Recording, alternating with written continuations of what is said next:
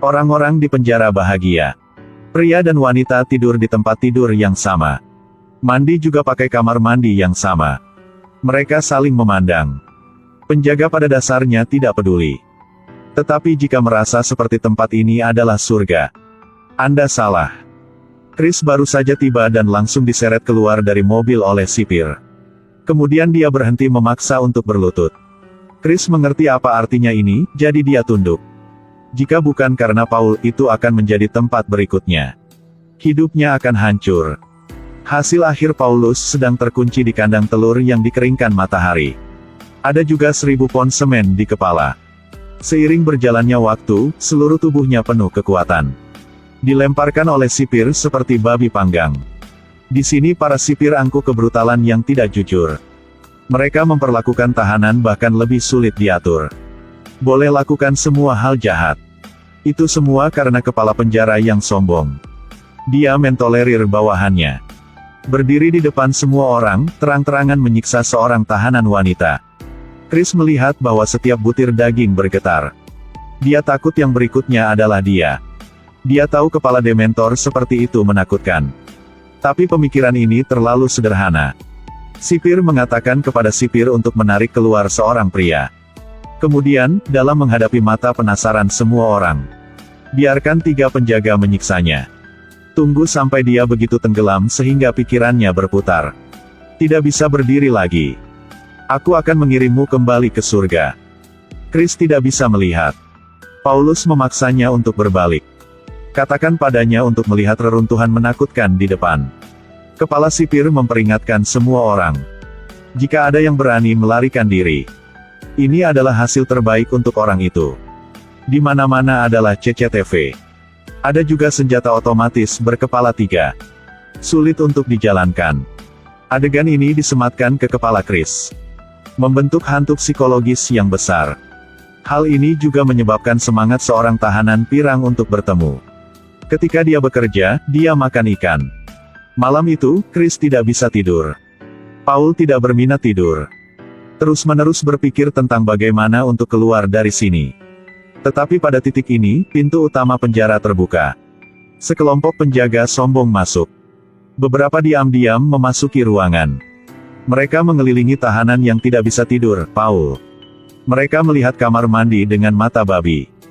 Chris ada di sana mandi. Paul hendak keluar, tetapi dia tidak bisa berteriak.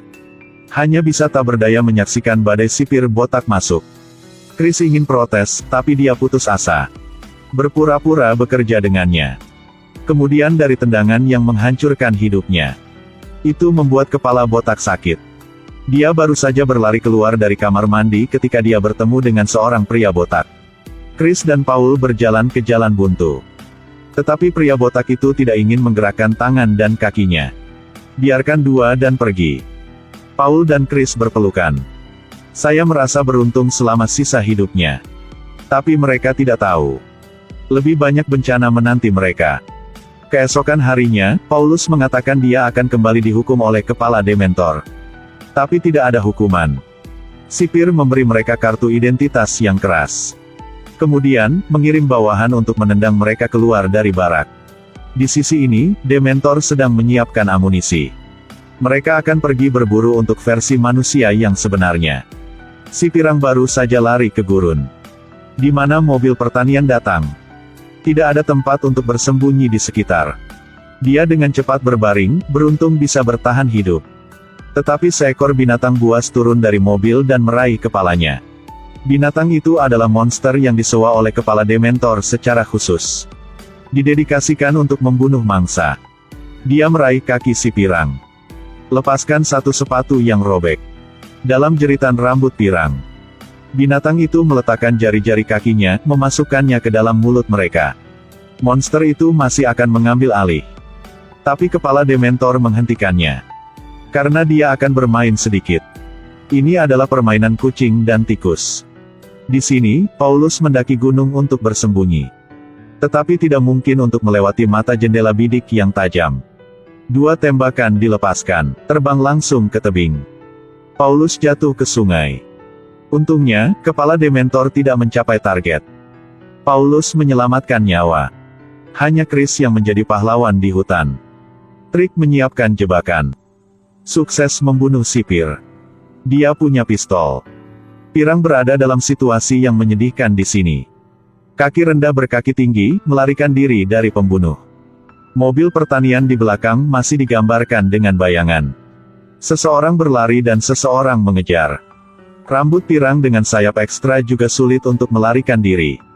Binatang itu melompat keluar dari mobil, mengangkat rambut pirangnya seperti seorang putri.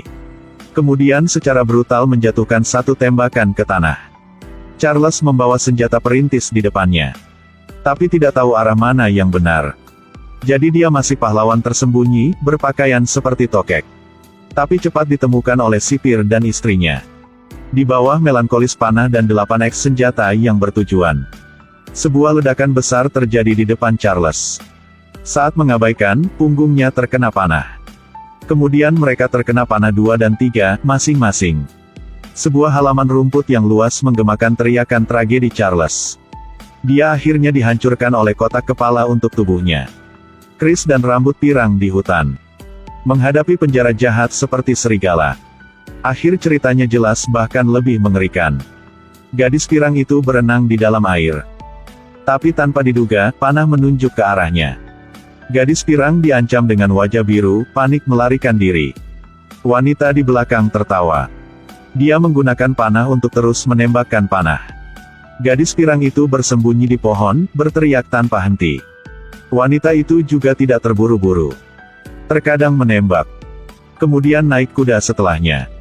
Si pirang akhirnya melarikan diri. Dengan putus asa duduk di atas batu. Wanita itu perlahan muncul. Arahkan panah ke payudara kirinya. Paul baru saja keluar dari sini. Masih belum tahu. Dua teman satu selnya sudah mati. Pada titik ini, dari mana binatang itu menangani Charles? Dia meraih Paulus di pangkuannya, lalu menyematkannya ke pohon. Pria bertopi itu mengendarai mobil pertanian, dengan senang hati bergegas. Pada saat yang berbahaya, Paulus mengambil cabang di sebelahnya. Itu tepat ke mata babi. Permainan tiba-tiba berubah sepenuhnya. Paulus berhasil melarikan diri. Binatang itu mati di tempat. Di sisi ini, Chris dilari dari penjara botak. Bisa menyembunyikan diri di hutan tebu yang ditumbuhi. Membakar untuk memaksanya keluar. Chris berlari ke arah yang berlawanan. Tapi dia ketemu si gemuk. Besok, Paulus akan menyelamatkan si rambut pirang. Dia mengambil senjata di tangan seorang pria gemuk. Kemudian dia menembak seorang pria gemuk. Paul membawa Chris keluar dari hutan tebu. Tinggalkan pria gemuk sendirian di lautan api. Dua orang melalui hutan mencapai pantai. Pria botak itu masih menempel dan tidak melepaskannya. Membunuh sampai akhir. Menghadapi hidup dan mati, Paul menyuruh Chris untuk berlari dulu. Aku tinggal untuk melawan musuh. Skinhead tidak takut. Baru saja melihatnya meninju udara. Mereka berdua saling berpelukan dan melemparkan diri ke laut. Paulus dimasukkan ke dalam air olehnya. Sedikit lagi yang mati lemas. Dia mengambil batu. Hancurkan kepala pria botak itu. Itu sebabnya beruntung bisa lolos dari kematian. Pria botak itu terluka. Memegang pistol pada Paul. Chris melihat itu. Dapatkan pisau di pasir. Kemudian dia berpaling kepada pria botak itu, tangannya menebasnya. Setelah menurunkan skinhead, Paul dan Chris berpegangan tangan dan berlari ke arah yang berlawanan. Bersiaplah untuk menyelamatkan semua orang di barak. Siapa sangka dalam perjalanan bertemu pria berjanggut itu. Kedua belah pihak sedang berjuang. Paul meminta Chris untuk berlari keluar untuk mengalihkan perhatiannya. Tunggu sampai pria berjanggut berkumpul untuk menembak. Diam-diam berdiri di belakang. Sebuah pisau menikamnya sampai mati. Kemudian dua orang mendorong produk pertanian. Tekad untuk bergerak menuju barak. Dalam perjalanan, ada sekelompok tahanan. Tapi mereka semua ditangani oleh mereka berdua. Kendaraan pertanian mematahkan pengepungan barak. Semua tahanan dengan cepat melarikan diri. Mereka memiliki senjata di tangan mereka. Ada perang untuk kebebasan. Tapi mereka tidak tahu. Bandara ini tidak jauh. Sebuah pesawat militer mulai lepas landas.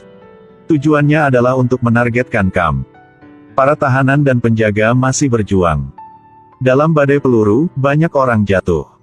Di bawah kemarahan Paulus, para tahanan melarikan diri secara bergantian. Kepala Dementor setelah kembali. Paulus juga ditembak mati. Pada titik ini, pesawat terbang di langit. Ini adalah kamp konsentrasi bunuh diri. Seluruh kamp dibakar. Tapi semua orang segera melarikan diri. Paulus dan Chris menyaksikan kematian itu. Akhirnya berakhir. Mulai sekarang, kalian berdua akan hidup bahagia bersama.